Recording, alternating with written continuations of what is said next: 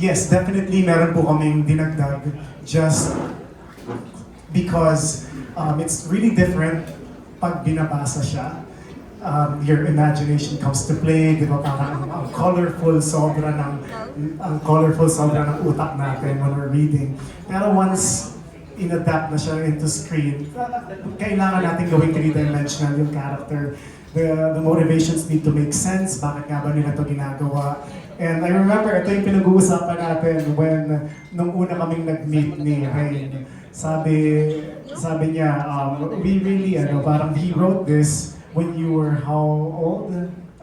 Around 20 years old. Yun. So, certain nag-mature na rin yung, it was coming from a really young writer at that time. So we had to parang, kailangan namin himas-himasin yung ibang add different layers to the character.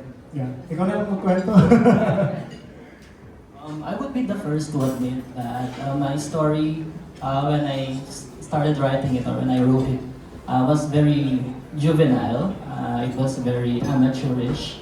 And the fact that we were able to add more elements in order to cover the plot holes, these logical inconsistencies, is actually great for the series, and I have to give it to the director, to the writing team, and to the Webtoon Productions, kasi we are really trying to improve the source material.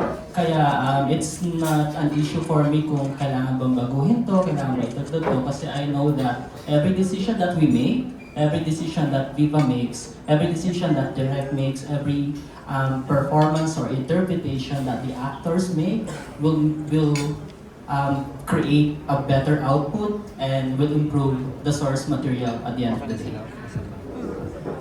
And yun for the cast, if meron ba kayong ilan na personal layers, like for example, portraying Loki, pero pag napanood ko, dapat may tataktilan, or for Jada, dapat kita si Jada dito. Like ano yung mga personal layers na ilan mo, beyond what was written dun sa character niya. Okay, this is for all the cast. Yeah? Yeah, I know, yes. Okay, anyone who would like to answer? Sige po.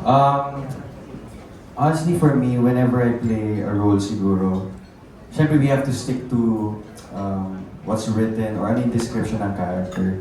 But as much as possible, you also want to be real, you also want to be authentic. So eventually, dapat kusa rin lumalabas yung kung sino, kung si Dylan, kung dapat lumalabas din yung konting Dylan na siya. Kasi yun yung totoo talaga. So it's gonna be a mixture, a combination, a balance between. So, pero syempre, mas lalabas pa rin dapat.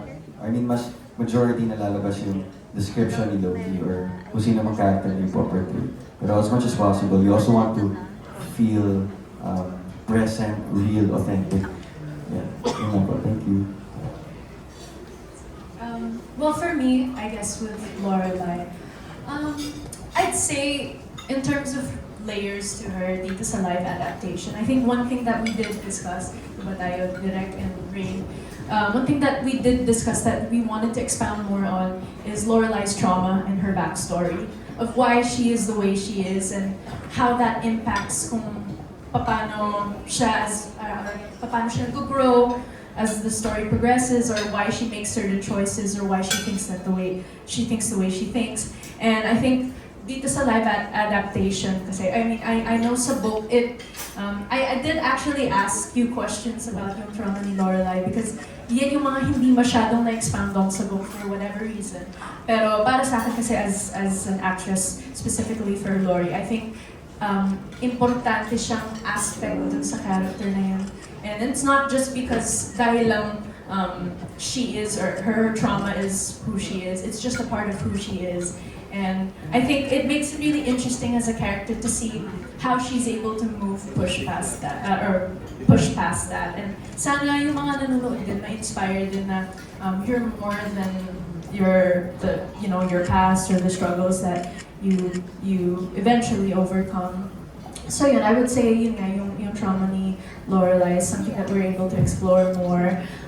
Ako, in terms of my interpretation of her, although yes, she is quiet and I think what's interesting kasi she's she's meant to be more observant and she's very empathetic. But also, one thing that I really enjoy on set is discussing with Direccian what kind of different choices we can make for each scene in terms of delivery, diba? Ray, we were even discussing with certain things, yeah, that sort of thing. So, ayun, just giving her a bit more, I guess, for lack of a better term, siguro parang may konting spunk din in terms of yung pagtagulan nila ni Loki. And I think iyan yung mga isa sa aspeto na hindi ko mas lalo ma-enjoy ng mga fans na mapanood.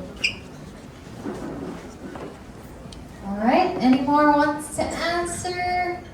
Any more takers? Alright. Okay, we are gonna move on now. Rounding off batch 2 of our press, we have Nurs Almo from GMA Entertainment.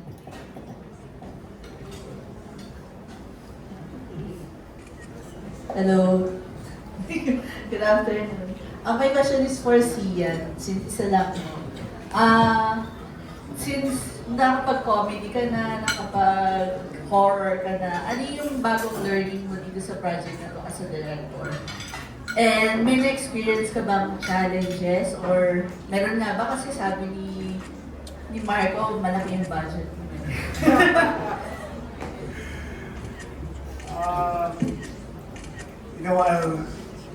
Ulit-ulitin ko lang yung sinasabi ko talaga na it's such a blessing na ito po yung mga artists that we're working with dahil they're also passionate. Gusto ko manang simulan po doon. Yes, in terms of yung mga learnings, it's different yung mystery kasi it's very detailed, ang daming kailangang i-cover, and syempre we have to stay faithful to the book. Hindi naman ito pwedeng basta baguhin lang namin, basta mag-adlib na lang kami out of nowhere at mawala na lang kami. So, I think this is connected to what Jazz was saying kanina, na ano yung, ang dami kasi nilang nilalagay na layer sa totoo lang.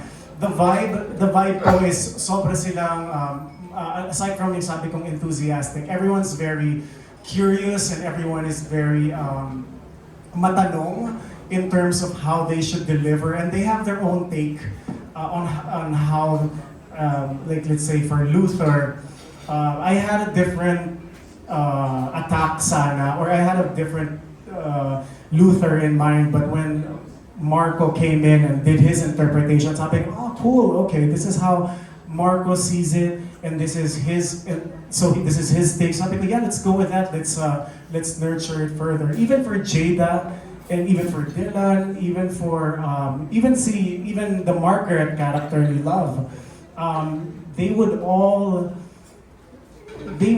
have their versions sa table. So, gawin natin to. Sasabihin ko medyo matagal yan pero sige, gawin natin. It's hard pero everyone's game eh. So that's what yung energy na nakukuha ko. So yun, maraming learnings in doing the mystery. It's very fun, it's very bloody. Slowly we're incorporating now the action element kasi it's a little bit like Sherlock na parang very dialogue heavy, but with the go signal of the creatives and the go signal of Rain, we can inject more action into Project Loki. Ayun po. What challenges meron ba? The challenges, ito yung una. The very first challenge is I didn't know how our leads are to begin with. I didn't know how to approach Dylan. Paano nga ba yung atake ni... How is Dylan as an artist? Kasi, of course, they're the new generation of stars. How is Jada? Diba? Are they...